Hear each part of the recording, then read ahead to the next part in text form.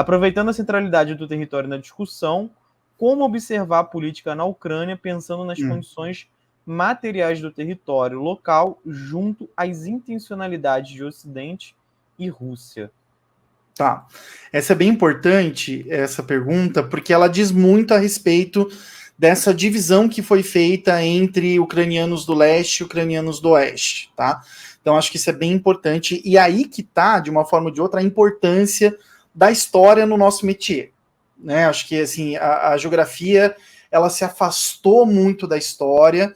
Claro que os historiadores também não nos tratam necessariamente muito bem, mas tenho vários amigos que me tratam super bem, que debatem, discutem, assim, então acho que não é uma questão geral, mas a importância da gente estudar, assim, também informações históricas e um conceito que o professor Antônio Carlos Robert Moraes chama de formação territorial. Né, acho que esse conceito... Também o professor Rui Moreira debate esse conceito, né? Mas o professor Rui Moreira ele dá muita ênfase aos ciclos econômicos. Né? O professor Antônio Robert Moraes ele apresenta, né, acho que de uma forma conjugada, né? Porque nunca é só uma coisa ou outra. Então a gente tem que entender os movimentos econômicos, mas a gente também tem que entender os movimentos políticos de apropriação do território e tudo mais. E o professor Antônio Carlos Robert Moraes fala dessa formação territorial, né? Desse elemento central que é a formação territorial. E eu lembro, tudo isso, para mim, tá, assim, é muito interessante, porque para estudar, para minha tese, né, eu estou estudando queda democrática no Brasil e na Argentina, por meio da geografia e da geopolítica, ou seja, como que uma visão do território como inseguro leva à redução de direitos civis ou coletivos ou individuais. Né? Então, esse é o desafio da tese, espero que eu consiga. Quando ela estiver pronta e você defender, eu vou fazer o convite para você vir aqui apresentar essa pesquisa. Com certeza, vai ser um prazer. Espero que ela fique pronta em algum momento da vida. Mas vai tá. Eu lembro que para estudar... Porque, assim, o que é muito louco, né? Essas coisas que a gente está debatendo... eu, assim, até para explicar por que eu falo dessas coisas, né? A forma como funciona a minha cabeça, né? Eu não sou uma pessoa muito linear, vocês já perceberam. Mas é que as coisas, para mim, funcionam meio que como um novelo de lã, né? A gente vai puxando as coisas e a gente vai, enfim, pegando o fio da meada, literalmente. Tem uma coisa lá bagunçada, bizarra, né? Que é o mundo, e a gente vai tentando puxar alguns fios da meada. Eu tô falando isso porque um livro muito importante na minha formação foi o livro do Perry Anderson, Linhagens do Estado Absolutista. Vocês vão virar para mim e falar, tá, mas que raios a gente vai querer estudar século XVIII, século XVI, século XVII, século XVIII, século XIX, para entender o que está acontecendo hoje? E eu digo para vocês, talvez eu esteja errado, talvez eu esteja indo muito lá atrás, né? Mas eu acho importante, porque o Perry Anderson, principalmente quando ele vai analisar o princípio do Estado absolutista no leste europeu, ele faz uma divisão, né? Ele fala, nós temos duas grandes tendências de formação do Estado absolutista na Europa. A gente tem a Europa ocidental, o modelo francês, o modelo inglês, que vão se inspirar na derrota da Espanha, né? Ou seja, na incapacidade da Espanha de se manter como potência para além do século XVII. E aí, o modelo francês e o modelo inglês vão aprender essas lições e vão, a partir do século XVIII, se impor como potências na Europa Ocidental. E, por outro lado, você tem a Europa Oriental. Aí ele insere a Prússia, a Áustria e a Rússia. Né?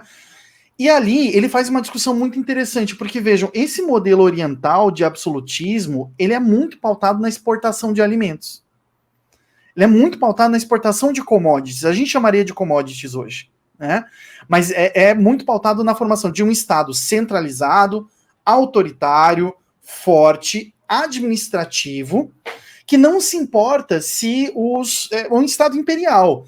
Não importa se eu estou falando de uma mesma nação. Eu não preciso construir uma nação, como foi no caso da Inglaterra, como foi no caso da França. Eu não preciso aplicar esses dispositivos discursivos para formar uma nacionalidade. Eu posso ter só súditos. O que importa é que, de forma imperial, esses súditos produzam, né, importem, exportem, enfim, que cumpram as suas responsabilidades como súditos. Isso é que eu peço deles. Né? E eu acho isso importante, Daflon, porque as pessoas esquecem que a gente foi um império. E as pessoas esquecem que aqui no Brasil, ou lembram de uma forma muito bizarra que a gente foi império, né? Dando dia, né, oi pro príncipe no dia de reis, que não tem nada a ver, mas enfim, depois a gente fala disso mais para frente também. Mas a gente não pode esquecer que a nossa bandeira é uma bandeira de um império oriental. A gente não pode esquecer que o amarelo da nossa bandeira é o formato de brasão feminino na heráldica portuguesa, né? Na heráldica portuguesa você tem o brasão masculino, que é aquele brasão assim, né? Ou seja, você tem uma base aqui, uma curva, né? Enfim, para formar o escudo. E o brasão feminino é um losango, né? E você tem as duas famílias que foram conjugadas no Dom Pedro II. Porque você tem os Bragança, de Portugal, cuja cor real era o verde, e você tem os Habsburgo da Áustria, que foram conjugados nessa figura que é o Império Brasileiro. Não à toa, o outro império que ocorreu aqui nas Américas, que foi o Império Mexicano, também foi governado por um Habsburgo. Também se demandou uma dinastia que sabia governar súditos e não cidadãos, com ênfase na exploração dos recursos naturais internos. Então, vejam como essa formação territorial ela chama atenção para a gente hoje também, aqui no Brasil e em outras regiões. Essa variante oriental do absolutismo, segundo Perry Anderson, vai ser muito importante para a gente entender por que a nacionalidade lá é entendida de forma diferente. Por que desde o começo dessa live eu estou falando não de russos étnicos, mas de pessoas de fala russa. Porque o russo, naquela região, desde o Império Russo, passando pela União Soviética e até hoje, na verdade, vai ser aquilo que a gente chama de língua franca. Tá? O que é uma língua franca? A língua franca é a língua que se usa quando você não fala a mesma língua da outra pessoa. Né? Meio que um método encontrado. Né? Na diplomacia, durante muito tempo, essa língua foi o francês. Né? Os nossos pais da Flon, né, os nossos avós, quando falavam de alguém que falava alguma língua estrangeira, falava que essa pessoa falava francês. Né? Uma pessoa culta era uma pessoa que lia em francês. Né? Para nós, já a partir da ditadura militar, a língua franca passou a se tornar, a partir dos anos 90, principalmente o inglês. Né? Aí o inglês começa a virar. Naquela região é o russo. A Merkel conversava com o Putin em russo, porque ela aprendeu o russo na Alemanha Oriental, que era a língua que se comunicava daí com todas aquelas etnias e todas aquelas línguas.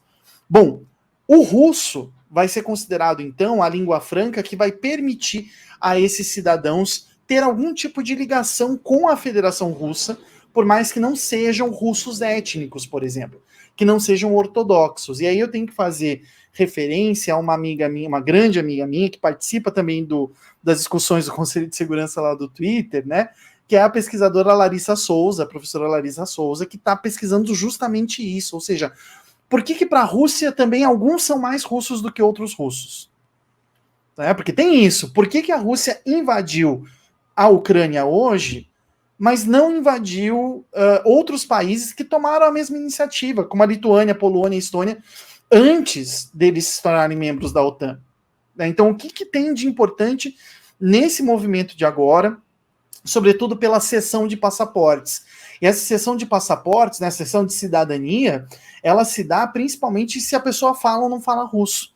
Ela não precisa ser um russo étnico, ela não precisa ser uma pessoa que se identifica com o Kremlin, mas ela vai ter liberdade de circular no território russo, coisa que muitos deles fazem. Essas regiões fronteiriças são regiões que, em razão da Organização Espacial Econômica da União Soviética, eram muito interligadas. Então a pessoa cruza a fronteira para trabalhar e volta, né? Assim como na União Africana, uma das propostas para evitar conflitos de fronteira entre grupos étnicos e estados nacionais foi a criação do passaporte africano. Porque se eu reduzo as limitações para circular entre um país e outro, esses grupos eles não podem mais falar, eu quero autonomia porque eu quero que a minha população circule livremente no meu território. Entende? É um pacto de elites, inclusive, né, para manter as colônias, as fronteiras coloniais, perdão, do século XX. Então, você tem essas negociações acontecendo, e esse conflito e a necessidade de trabalhar justamente essa questão psicossocial, né, o território como central na discussão, e essa condição material do Ocidente e da Rússia na Ucrânia. Bom, eu quis falar tudo isso por quê? Porque a Ucrânia está dividida em duas grandes regiões. Ainda que, seguindo o aviso do Yves Lacoste, a gente não deva utilizar a região como um personagem, né? Ou seja, a gente não deve falar, porque a Ucrânia, isso faz muito em RI, né?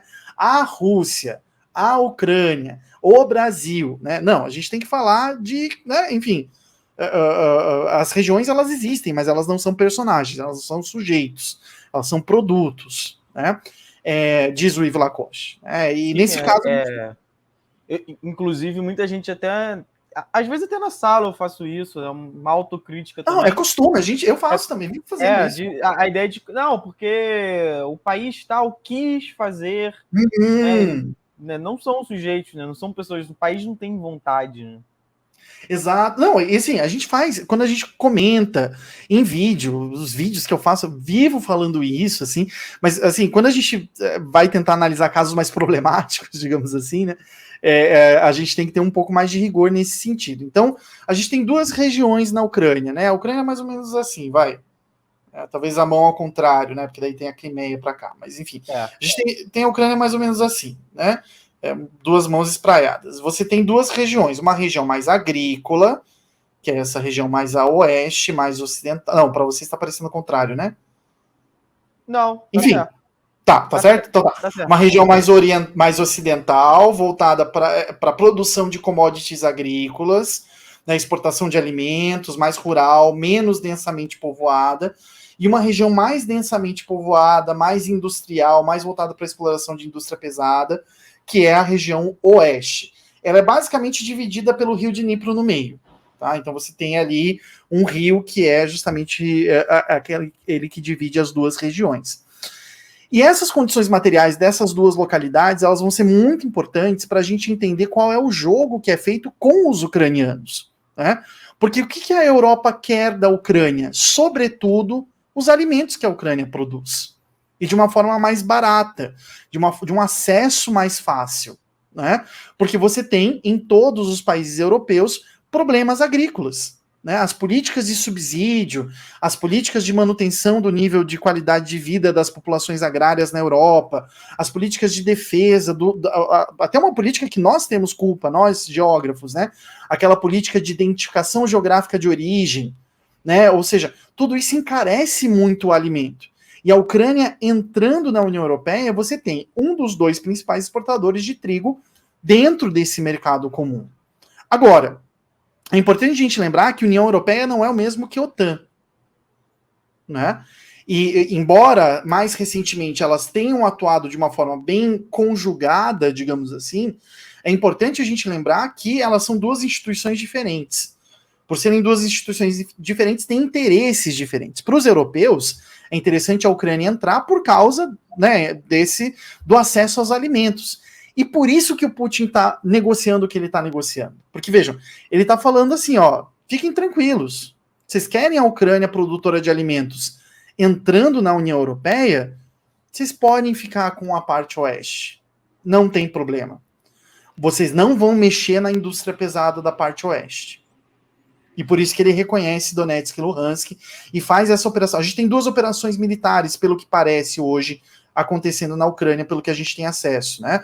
Uma operação de demonstração de força, que é aquela que tenta ir até Kiev com uma linha de tanques enorme, né? E ocupando as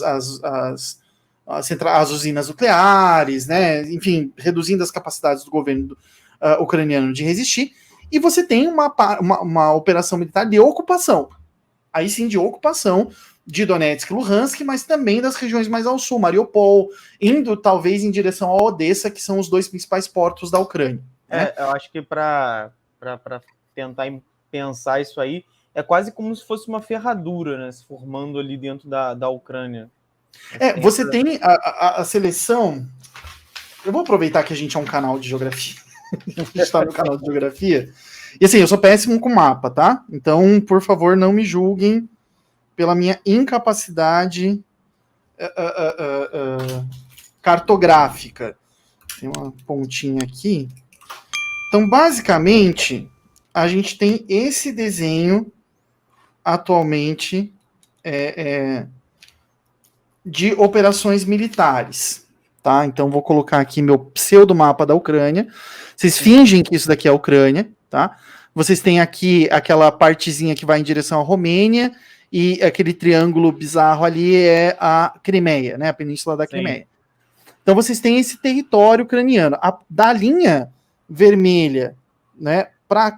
Da linha vermelha para cá, vocês têm essa operação militar de ocupação do território ucraniano. Essa linha de tanques que vai em direção a Kiev e essa dominação da parte superior é uma outra operação militar que é o controle e as capacidades e assim, a dominação das capacidades do governo ucraniano. E é isso que eu falo que parece ser a intenção da Rússia, ou seja, dominar essa parte mais oriental, ocupar territorialmente essa parte mais oriental. Não sabemos se como um estado independente ou se como um protetorado ou anexado mesmo ao território russo, e deixar essa outra parte para um governo virtualmente de Kiev ou em Lviv, em alguma forma, livre daí para fazer as opções que queira, entende? Entrar na OTAN, entrar na União Europeia, enfim, já que a preocupação da Europa é acesso a alimentos.